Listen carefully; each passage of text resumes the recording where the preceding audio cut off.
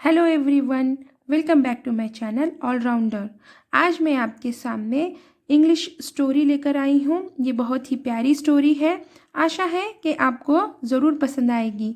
जो मेरा वीडियो पहली बार देख रहे हैं, मैंने बता दूँ कि मैं एसेस, पैराग्राफ, स्टोरीज़ वगैरह लेकर आती हूँ और साथ ही 1 to 10 क्लास के जो बुक्स होते हैं उसमें के चैप्टर्स लेकर आती हूँ, जिससे कि मैं आपको इंग्लिश रीडिंग प्रैक्टिस करा सकूँ और साथ ही मैं आपको वर्ड मीनिंग बताती हूँ जिससे कि आपकी वोकैबुलरी इम्प्रूव हो, और इंग्लिश ट्रांसलेट करके बताती हूँ हिंदी में, जिससे कि आपको स्टोरी अच्छे से समझ में आए। तो चलिए हम हमारे स्टोरी को स्टार्ट करते हैं। इस स्टोरी का नाम है द फूलिश क्रो। फूलिश यानी कि मूर्ख, क्रो यानी कि कौवा। द फूलिश क्रो, मूर्ख कौवा।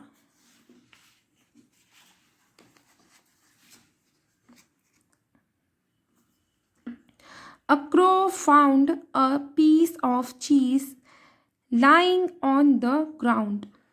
अ यानी एक, क्रो यानी कि कौवा, फाउंड यानी कि पाया या फिर मिला, अ यानी एक, पीस यानी टुकड़ा, ऑफ यानी के, चीज़ यानी कि चीज़ ये खाद्य पदार्थ है, मतलब खाने की एक चीज़ है जो दूध से बनती है, जिसे चीज़ कहते हैं। लाइंग यानी कि पड़ा हुआ। लाइंग का मीनिंग लेटना भी होता है और लेटा हुआ भी होता है, मतलब कि सेंटेंस के हिसाब से उसका मीनिंग निकलता है, पर इस सेंटेंस के हिसाब से उसका मीनिंग है कि पड़ा हुआ। ऑन यानी पर, ग्राउंड यानी कि ज़मीन। Ground, a crow found a piece of cheese lying on the ground. एक कौवे को जमीन पर चीज का एक टुकड़ा पड़ा हुआ मिला। He picked it up in his beak and flew to a tree. He उसने, picked यानी कि उठाया, it यानी उसे, up यानी ऊपर, in यानी में, his यानी अपनी, beak यानी चोंच, and यानी और, flew यानी कि उड़ना, a यानी एक, tree यानी पेड़। He picked it up in his beak and flew to a tree. उसने उसे अपनी चोंच में उठाया और उड़कर एक पेड़ पर चढ़ गया। A wily fox was passing by. A wily, अ यानी एक, वाइली यानी कि चतुर, फॉक्स यानी कि लोमड़ी, was यानी कि था या फिर थी, पासिंग यानी कि समीप से गुजरना, पासिंग बाय यानी कि समीप से गुजरना। अ वाइली फॉक्स वॉज पासिंग बाय। एक चालाक लोमड़ी वहां से गुजर रही थी। ही saw the crow with the चीज। ही वह, सॉ देखा, सी का सेकेंड फॉर्म होता है सॉ, और सी का मीनिंग होता है कि देखना, और सॉ का देखा। क्रो यानी कि कौवा, विथ यानी कि साथ, चीज़ यानी कि वो चीज़, अभी मैंने बताया ना कि खाद्य पदार्थ होता है, जो खाने की चीज़ होती है उसे चीज़ कहते हैं। He saw the crow with the cheese. उसने कौवे को चीज़ के साथ देखा। His mouth watered. हीज यानी उसका, माउथ यानी कि मुंह, वाटर्ड यानी कि पानी से भर गया। हीज माउथ वाटर्ड यानी कि उसके मुंह में पानी आ गया।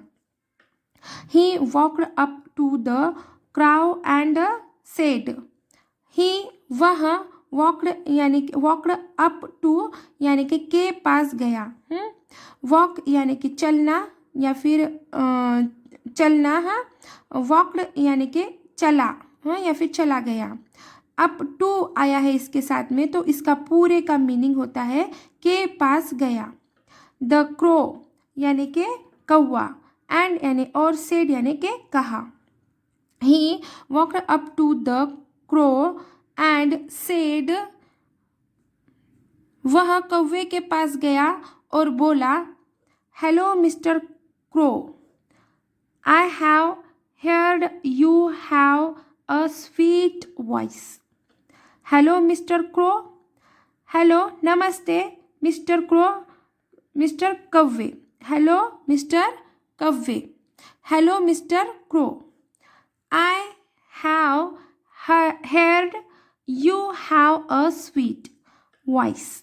I have, I यानी कि मैंने, heard यानी कि सुना.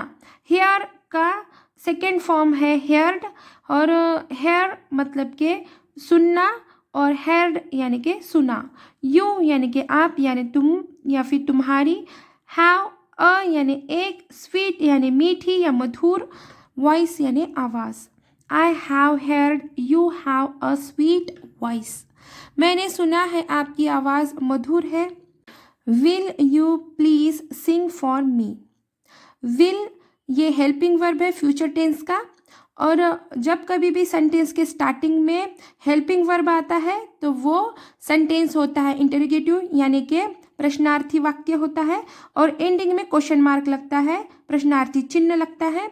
और ये जो सेंटेंस है वो है इंटरोगेटिव का, क्योंकि इसकी स्टार्टिंग विल से हुई है, मतलब हेल्पिंग वर्ब से हुई है. मतलब इसका क्या होता है कि helping verb plus subject plus main verb plus object, ऐसा उसका फॉर्मूला होता है. पर यहाँ पर ये यूज़ नहीं हुआ है, मेन वर्ब यूज़ नहीं हुआ है, यहाँ पे मेन वर्ब नहीं है, पर ये स्टार्टिंग हेल्पिंग वर्ब से है, इसीलिए ये इंटरोगेटिव का सेंटेंस है. और इसका मीनिंग आएगा कि क्या. विल का मीनिंग क्या आएगा, क्या, क्योंकि ये क्वेश्चन वाला सब्जेक्ट है, पूछा जा रहा है कि क्या बोलकर पूछा जा रहा है. हाँ, विल मतलब क्या. यू यानी आप या फिर तुम. प्लीज़ यानी कृपया. सिंग यानी कि गाना. फॉर यानी मेरे लिए, सॉरी फॉर यानी के लिए. मी यानी मेरे लिए. फॉर मी यानी मेरे लिए. Will you please sing for me? क्या आप कृपया मेरे लिए गाएंगे. हाँ, गाएंगे. देखिए यहाँ पे क्या है, ये फ्यूचर में मतलब कि गाएंगे या फिर गाया नहीं बोल रहे हैं, वो गाया यानी कि पास्ट हो जाएगा, गाएंगे बोल रहा है. क्या, गाएंगे यानी कि फ्यूचर की बात बोल रहा है वो. द क्रो, इसलिए ये फ्यूचर का हेल्पिंग वर्ब है. The crow was flattered by the fox praise. The crow कौवा, वॉज यानी कि पास्ट टेंस का सेंटेंस है इसलिए वॉज आया है, और ये प्रक्रिया हो गई है.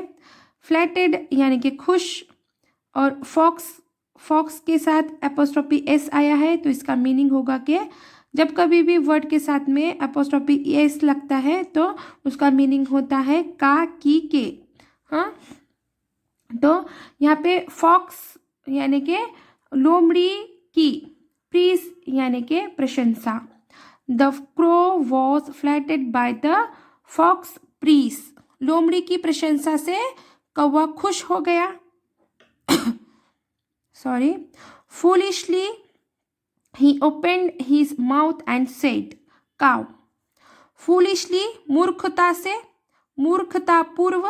he वह, opened यानी कि ओपन यानी कि खोलना, और opened यानी कि खोल दिया. his यानी उसका, mouth यानी मुंह, and यानी और, said यानी कहा, cow यानी कि वो काव काव कहा. Foolish, he opened his mouth and said cow. उसने मूर्खतापूर्ण अपना मुंह खोला और काव काव कहा. The cheese dropped from his beak.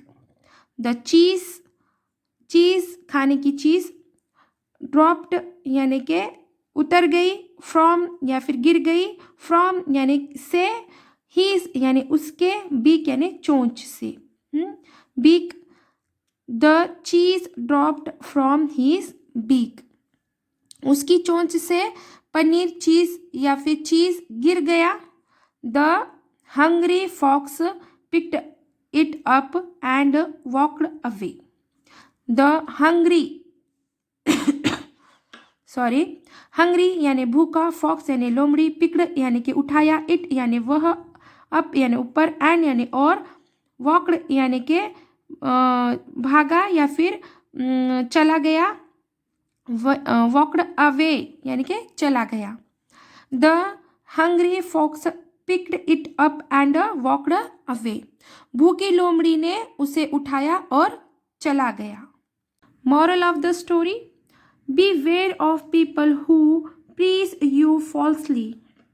Beware सावधान, of यानी के, people यानी लोग, who देखिए यहाँ पे हु आया है, ये सेंटेंस के बीच में जब हु आता है तो तब है ना वो हु का मीनिंग होता है जो, और ये हु मतलब होता है प्रश्नार्थी शब्द, यानी कि क्वेश्चन वाला वर्ड बोलते हैं, क्वेश्चन वर्ड बोलते हैं इसे।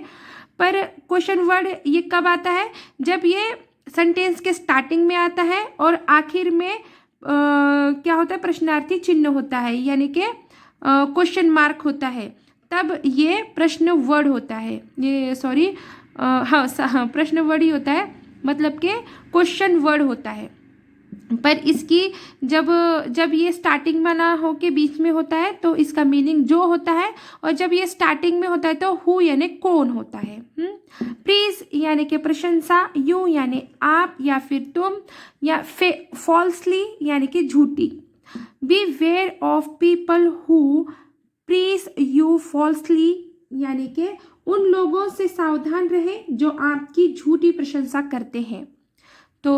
तो चलिए यहीं पे हमारी ये स्टोरी ख़त्म होती है, और प्लीज़ मेरे चैनल को सब्सक्राइब कीजिए, और वीडियो अगर से आपको पसंद आया होगा तो प्लीज़ लाइक कीजिए और शेयर कीजिए, और प्लीज़ कमेंट ज़रूर कीजिए। Thanks for watching.